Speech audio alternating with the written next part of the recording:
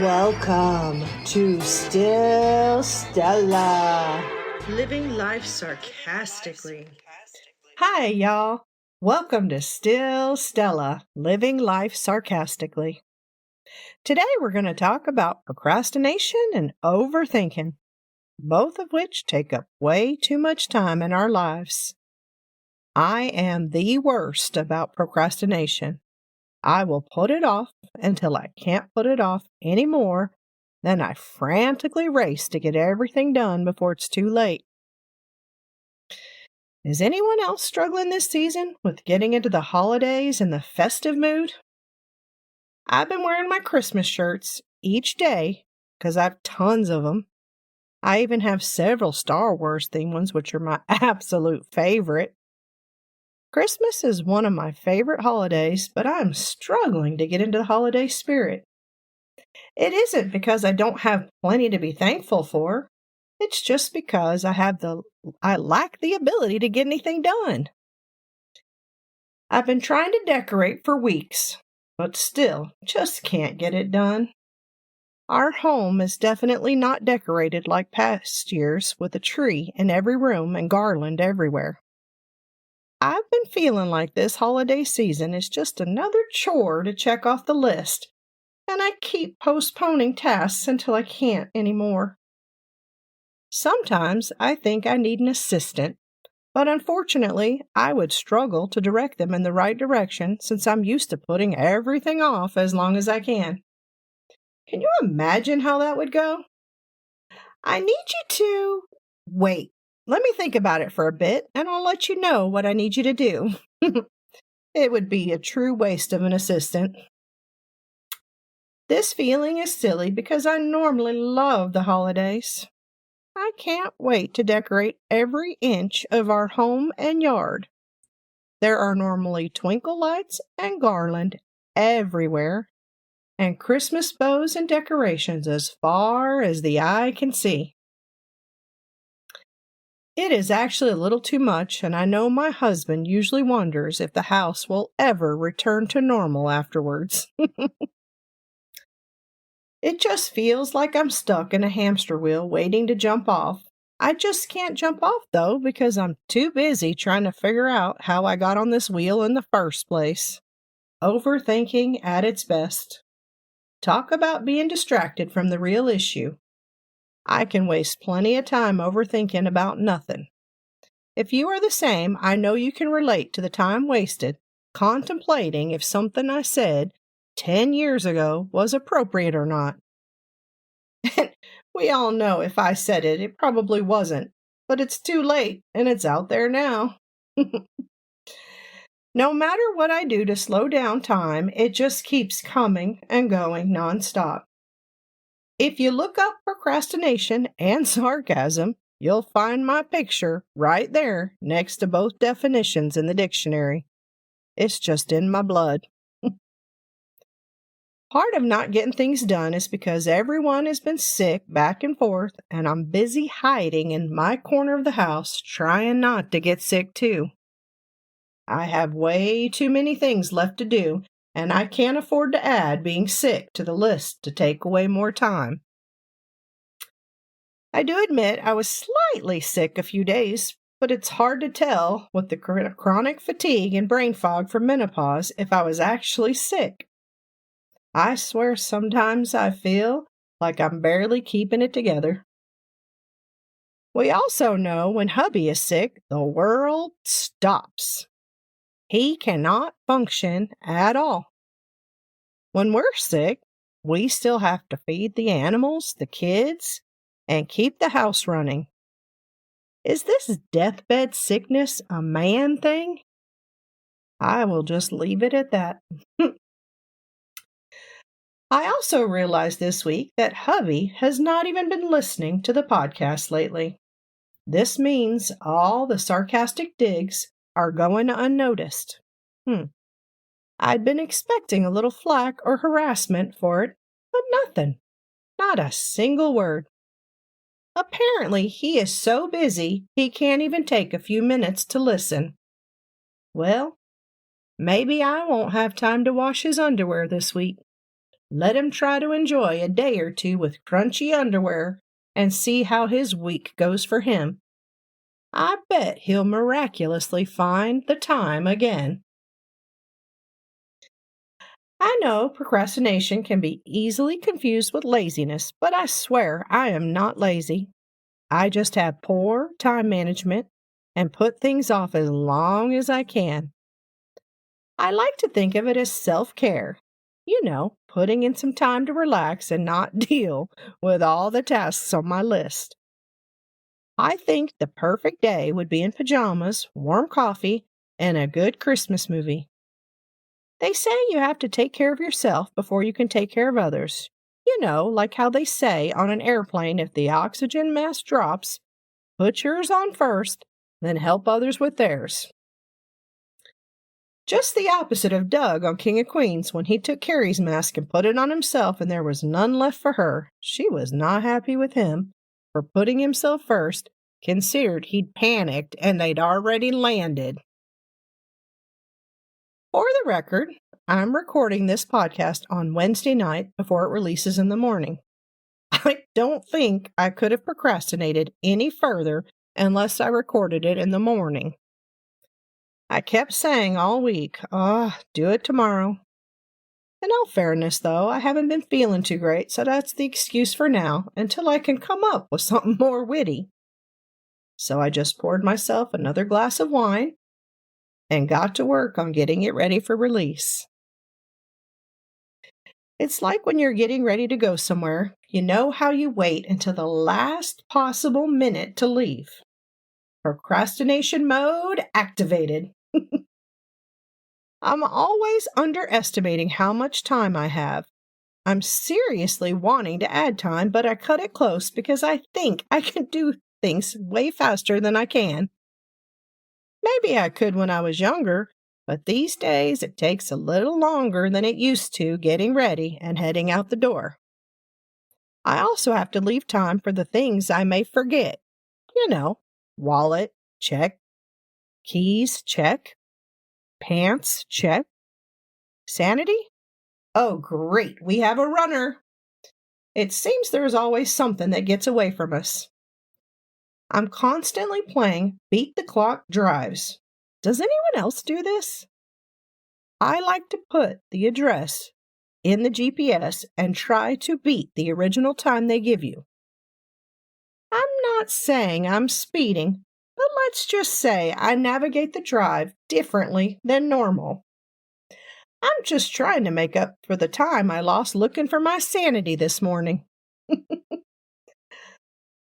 Although it is a lot harder these days to beat the clock because everywhere I go there is tons of traffic and road construction. The traffic and construction has gotten way worse where we live, which is a small town. I swear the orange traffic cone is the official symbol of my anxiety. Traffic really does bring out the worst in me. What? You want to be let in? I know you saw the merge sign a mile back just like the rest of us. I will run you right into the shoulder and the wall just to teach you a lesson. That's my road rage coming out. And I do apologize. I have no control over that crazy bitch when she comes out. It probably wouldn't be so bad if I could stop procrastinating and get my act together to leave earlier. Unfortunately, I think the older I get, the less I care about being on time, because we all know I'm gonna get distracted by something along the way. The only thing I'm not allowed to procrastinate with is feeding these pups. I'm telling you, they will literally jump on the bed on top of you in the morning to tell you it is time to feed them. They actually beat my alarm clock some days because they have decided they are hungry and it is time for me to get up and feed them. I love them, and therefore I feed them as I try not to yell while I'm doing it. Like, are you happy now? I was sleeping so good and it isn't even time for me to be up. They don't care. They jump on the bed and put their face right in yours like, "Hi, Mom, what are you doing?" I swear, if they weren't so cute, I'd have to auction them off to the highest bidder. Doggies for sale. The issue with sleep is a tricky one since I struggle so much to sleep. There are days where I cannot fall asleep until after 4 or 5 a.m. Unfortunately, work does not wait for me to get a good night's sleep, so there are days where I'm working my ass off on about 3 or 4 hours of sleep. I keep saying I can sleep someday when I'm retired and nap. Yes, that sounds awesome. I can dream, at least for now, about those days. I have a question. How many of you get songs stuck in your head? I'm telling you, I will wake up singing a song that I have not listened to in days and will find myself singing it all day and night long. I was once told by someone who's on my dead to me list that if you get a song stuck in your mind, you have a simple mind. Well, I beg to differ. I think it's the sign of a highly intelligent mind that can keep singing a song over and over again throughout the day while they're working and even sleeping. Obviously, it's a strong mind that can multitask that easily. The funniest part about my procrastination is at my job, it is my responsibility to remind people all day they have tasks to complete. I am expected to stay on top of all tasks to make sure we meet deadlines. How did I end up with this job with this brain? I truly believe the only reason I'm successful at this job is my attention deficit makes it easy to jump from task to task. I'm a multitasking queen. I would probably be in trouble if I had to focus on one task for more than a few minutes. Thank you, attention deficit, for making me a better employee in this scenario. When I go into the office, it's a 2-hour drive door to door each way. Luckily, I don't have to do it on a regular basis because the traffic can be a nightmare when I hit town on that end. I really enjoy my current commute from my bed to my desk.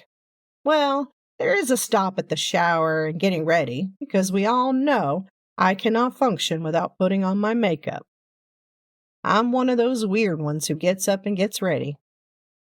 Yeah, I know, it's a character flaw, but it's mine, and I own it 100%. It helps me focus. Just because my commute is across the house doesn't mean I don't need to be at my best.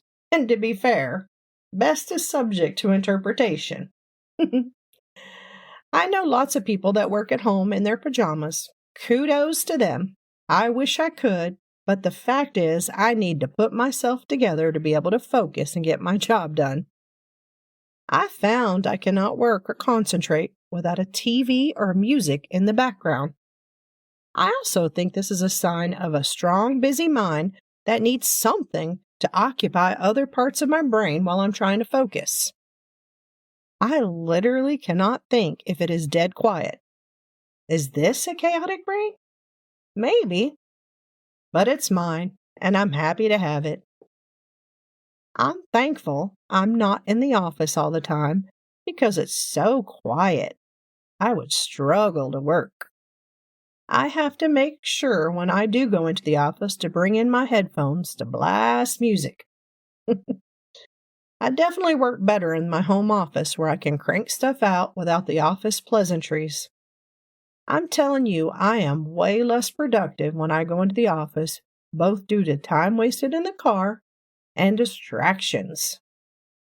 They definitely feed into my procrastination because, of course, I will get my work done, but first, I need to visit and catch up with everyone. No disrespect here. I have a hard time staying on task when there are better options instead of working.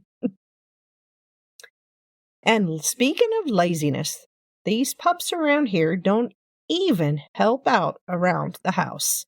They cause more work instead and make messes everywhere. They lay around all day sleeping. what I wouldn't do to be able to take a daily nap. I definitely think dogs and cats have it figured out, laying around all day waiting for snacks and meals while playing with their toys in between. They command attention as well and are spoiled rotten. I admit I enjoy having time to myself. I think when I was younger, I spent so much time being busy, running kids around, and working on different sites. I truly enjoy being alone and writing or working on stuff by myself. I find I'm way more productive. I also need this time to recharge so I can take care of everyone and everything. You know how it feels. I love to spend time with people, but I also need to run solo. My alone time is truly for everyone's safety. I love my husband, but his well-being is critically tied to me having some time to myself to regroup. His safety depends on it. Without reflective time, it could be very dangerous for his survival. I know you all know what I'm talking about, even if you don't admit it out loud. This time of year reminds us to hug our families and friends just a little tighter and remember to let them know how awesome they are to us.